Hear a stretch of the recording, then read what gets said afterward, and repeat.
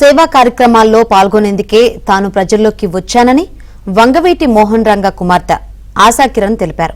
రాధారంగ మిత్ర మండలిని బలోపేతం చేస్తామన్నారు. రంగ వర్ధంతి డిసెంబర్ 26న విశాఖలో భారీ బహిరంగ సభ నిర్వహిస్తున్నట్లు చెప్పారు.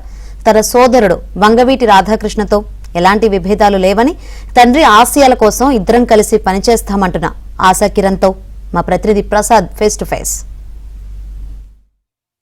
వంగవీటి మోహన్ రంగ కుమార్తె ఆశాకిరణ్ ఈరోజు విజయవాడలో రంగానాడుకు సంబంధించి సభకు సంబంధించి పోస్టర్ ఆవిష్కరించారు. విశాఖలో ఆయన వర్ధంతి డిసెంబర్ 26వ తేదీన 1,00,000 మందికి పైగా భారీ బహిరంగ సభకు శ్రీకారం చుట్టారు. ఈ నేపథ్యంలో రాధారంగ మిత్రమండలందరూ కూడా ఐక్యం చేసి ప్రజాసేవలో పాల్గొంటారని కూడా చెప్తా ఉన్నారు. మనతో పాటు ఆశాకిరణ్ గారు ఉన్నారు. మేడం చెప్పండి, ఈరోజు ఆల్రెడీ మీరు రాక గురించి అందరూ కూడా అభిమానులు ఎదురు చూస్తున్న పరిస్థితి, రేపు సభ ఎలా జరగబోతుంది? ఎందుకంటే తొలిసారిగా మీ ఆధ్వర్యంలో రాధారంగ మిత్రమండలి అందరినీ కలుపుకుని 1,00,000 మంది సభ నిర్వహించబోతున్నారు. ఎలా ప్లానింగ్ చేస్తారు? పొద్దున్నే 7ంటికి రంగ గారి విగ్రహానికి దండేసి మేము ర్యాలీలో బయలుదేరుతామండి. ఆన్ ద వే ఇరు జిల్లాల్లోనూ ఎవరి కాళ్ళు కార్యక్రమం పూర్తి చేసుకుని మాతో పాటు ర్యాలీలో పార్టిసిపేట్ చేస్తారు.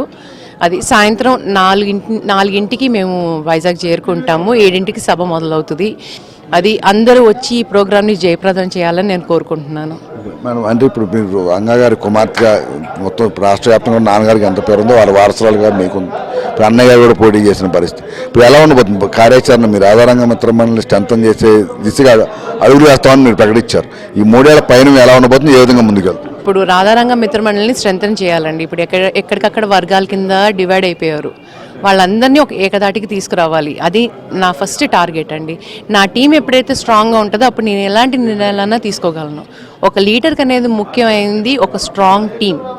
సో నాకు నా టీంని స్ట్రెంథన్ చేసుకోవడానికి అని చెప్పి నా మొట్టమొదటి అడుగు ఇది.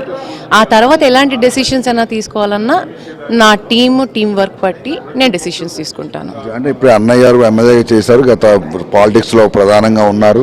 ఈ మొత్తం నాన్నగారు ఆశయాలు సాధిస్తానని చెప్పి ప్రతి కార్యక్రమం కూడా ఆయన చెప్తా వస్తున్నారు. అలా కార్యక్రమాలు చేస్తున్నారు. ఈ నేపథ్యంలో మీ రాక సంబంధించి చాలా అనుమానాలు వ్యక్తం అవుతున్నాయి. ఏమైనా విభేదాలు ఉన్నాయనో లేకపోతే కలిసి రావట్లేదనో మీరేంటారు? ఇటువంటి అపోహలకు ఏం చెప్పాలి? మా మధ్య ఎలాంటి విభేదాలు లేవండి. మేమంతా ఒక ఫ్యామిలీయే, మేమందరం హ్యాపీగా ఉన్నాం. ఎలాంటి గొడవలు అనేది ఏమీ లేదు మా ఇద్దరి మధ్య. 2029లో మీరు పోటీలో ఉంటున్నారనేది నడుస్తుంది చాలా బలంగా. మీరు దాన్ని ఏకీపిస్తారు అంటే ఇంకా 3 ఏళ్ళు ఉందండి. 3 ఏళ్ళలో ఎన్నో డెసిషన్స్ తీసుకోవచ్చు, ఎన్నో మారుతాయి. సో ఇప్పుడప్పుడే నేను ఎలాంటి డెసిషను ఎలాంటి నిర్ణయం నేను చెప్పదలుచుకోలేదు. Time will tell. Thank you.